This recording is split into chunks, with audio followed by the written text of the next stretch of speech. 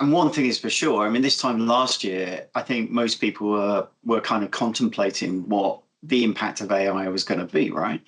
Yeah. And now here we are, all of us using AI pretty much on a daily basis in some format. And it's just whether or not the human nuance bit is gonna, how quickly can they get there?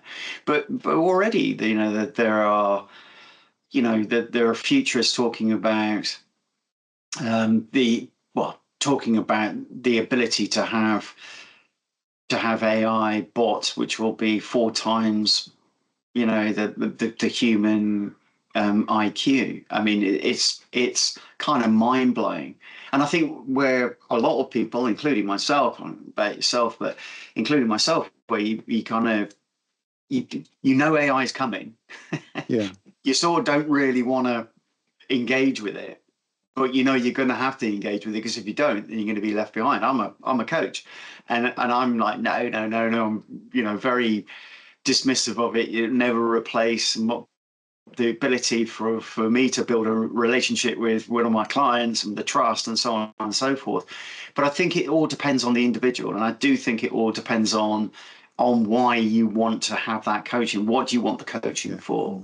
And I think, to your point, I think that first line, initial, give me some. I think you gave, we talked about it a few weeks ago, and I think you gave me an example of using it for a meeting, and it giving you 3 or 4 options immediately, which, would you have thought of them? Well, probably, but within time. And I think that's the thing. It's condensing, it's saving people's time, isn't it? That's the point. Yeah. And also, one of the prerequisites, in a way, like in modern knowledge work, is the increasing value that companies are putting on critical thinking. Your ability to think and, in a way, interact with the technology becomes a hyper important superpower, I think, for many people. So it's just like, if you rewind back to when you were a kid, like the first thing that you did when you got the dictionary, look at the swear words. First thing I did anyway.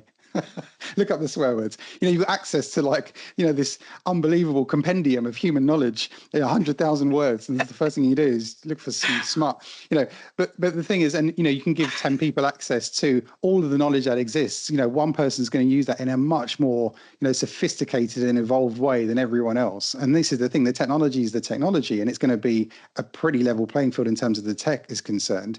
The skill becomes of how you interact with it, and which is going to, how do you? And someone described AI tools, and I love the terminology, as power tools.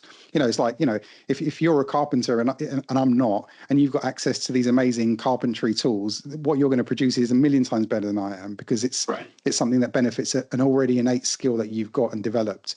So I think our ability to interact with the tech becomes, actually, as people call it, prompt engineering is a new thing, right? It's a huge new job market, being a prompt engineer. Yeah, absolutely. So just kind of, rounding this out, the summary really is AI is here to stay. It's not going anywhere, and anyone not kind of facing into that is going to get left behind. There definitely is. Nobody really knows, nobody really knows, Wayne, what is going to happen with AI, and the ability to be able to use it for something which is humanly nuanced as exec coaching. But one thing is for sure, is it probably will get there. I think that's really where we're at. It's just when. It's not if. It's when. And then there's a whole bit around ethics as well, isn't there? Ethical considerations and people data, and the trust in providing that data. Where does that data go? What's it used for? There's a whole ethical consideration as well, isn't there? Well, I'll give you I'll anonymize the company, because it's not fair to share who they are, but they've got 300, they're in the northeast of England.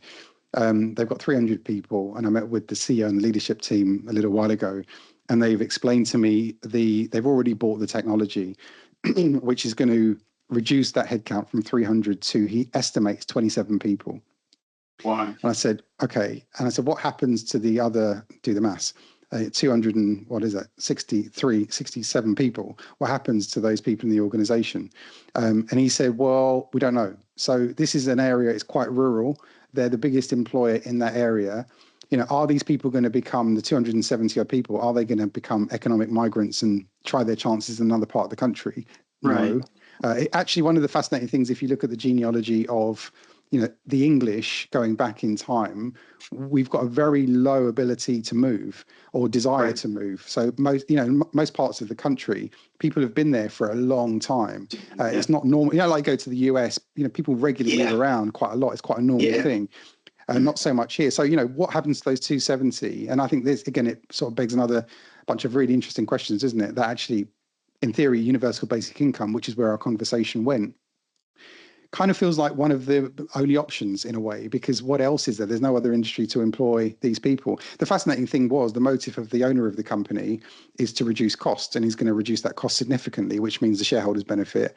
But now we've got 270 people, and what happens to those? And mainly men. We probably know if you play forward, there's going to be health issues, there's going to be drink issues, there's going to be all sorts of social challenges due to do with poverty and not having employment and so on. So, and the healthcare burden. It's a fascinating set of things to try and figure out. Unfortunately, the thing that spurs most of it on, of course, is the desire for short-term gain, which is, of course, the motive of the corporation.